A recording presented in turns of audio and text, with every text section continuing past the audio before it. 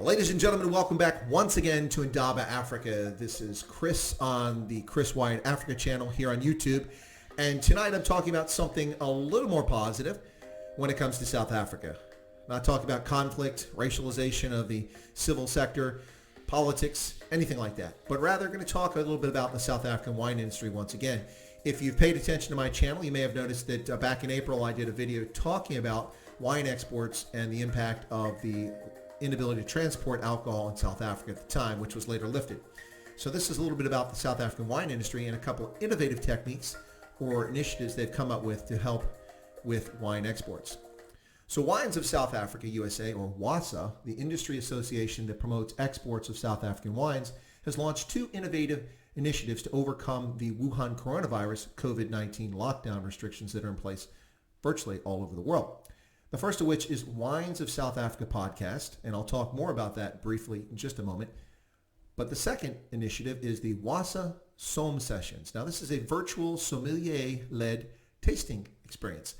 For those unfamiliar with the term sommelier, sommelier is the industry term for a wine steward. If you've seen those movies or you've ever noticed when people are sitting around tasting wine, for wine tasting, they have someone who guides them through it, who can explain about the wine, its bouquet, and all those interesting things that people find interesting about wine. Well, a sommelier is a wine steward, and that is the term in the industry. So back to the podcast. The WOSA Podcast is a bi-weekly program that's already had 3 episodes. Now, the early episodes included the first one, which was focused on Méthode Cap Classique, which is South Africa's signature sparkling wine. The second episode was focused on the Swartland wine region. And the third was focused on Stellenbosch, Cabernet Sauvignon, and Pinotage. Speaking of Pinotage, looking right here, I have a lovely bottle of Nederburg Pinotage from 2016. There you go. Purchased locally right here in Pennsylvania. And that is a Nederburg 2016 Pinotage. Fantastic wine, available here in Pennsylvania. Now that the wine and alcohol restrictions have been lifted here from the state stores that sell these. Nederburg, which has been around since 1791. Produces this lovely Pinotage. Now, the upcoming episode will be on June 19th, and that's focused on Chenin Blanc. And that is in association with International Drink Chenin Day on the 20th of June. So it will air the day prior to encourage people to try out a Chenin Blanc. Now, the WOSA Somm Sessions, this is interesting. It's an opportunity to host a personalized South African wine tasting with your friends, guided by a sommelier. So what happens is that it also gives the sommelier, many of whom have been out of work because of the lockdown restrictions in South Africa, an opportunity to use their skills, to show off their skills and actually do a little bit of work. So first off, you go to their website, you buy the wine, you set up a time to meet with your friends, and then WOSA will pair you up with the sommelier who will set aside an hour session for wine tasting and guide you through the process. Quite an interesting initiative on their part. Fascinating, innovative way to try to overcome the challenges. Now, the South African wine industry has been around for a very long time, but it was only after apartheid when it really took off at the level it's currently at. In 1655, Jan van Riebeck, the founder of the Cape Colony there, the station in Cape Town, planted the first grapevine. And just 4 years later, in 1659, the same Jan van Riebeck bottled the first bottle of wine in South Africa. It was in 1685 that Simon van der Stel established the first wine estate in the Western Cape, and in South Africa for that matter, after he bought 750 hectares or 1,900 acres.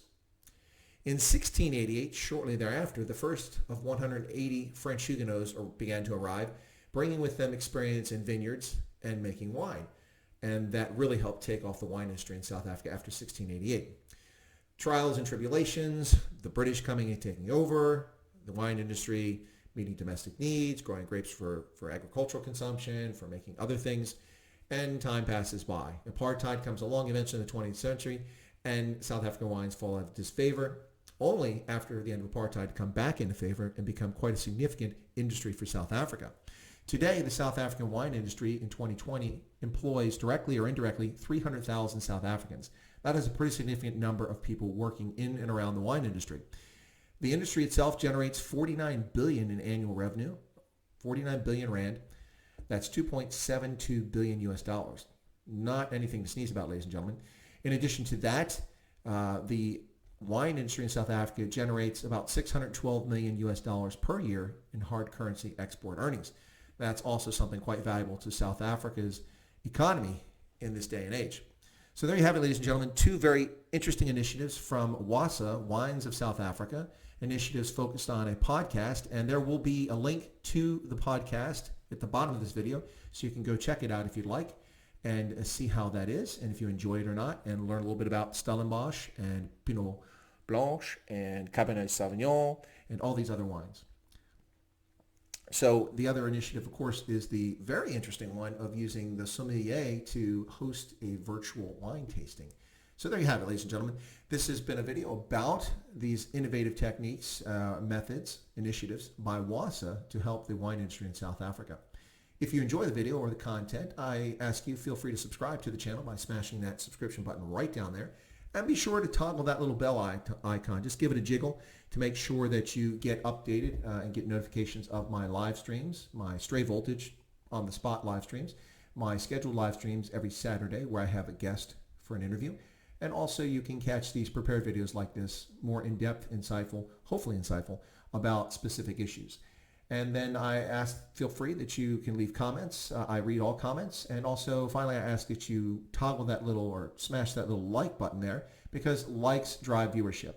And I've seen that with the exponential, the meteoric rise in the number of subscribers and video watching on my channel in the past couple of months, because people have enjoyed it and been pushing the like button.